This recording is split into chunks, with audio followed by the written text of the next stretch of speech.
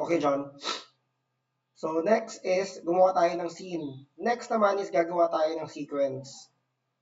So, new sequence. Re-rename natin to na tag ito, start of blow in, blow out. Depende yan kung anong gusto mo ilagay na chaser name. No? Tapos add. Add ulit natin yung ilaw. Pili tayo ng kulay. Palabasin natin to. So, red. Pula muna lahat. No? Example lang. Lahat pula muna. Yan.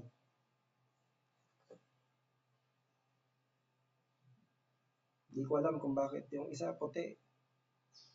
Ay, hindi. Wala pala to. Yan. So, makikita natin dito kulay puti. Kulay pula. So, magsa-start tayo ng from here. From here, pupunta tayo ng step. No?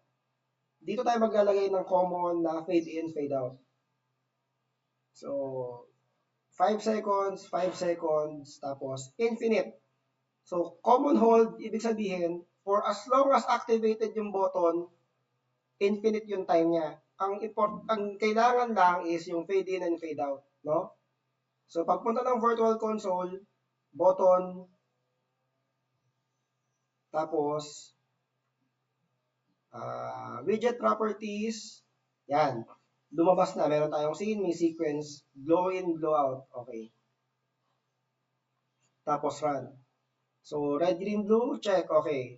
Maandar. Blow in,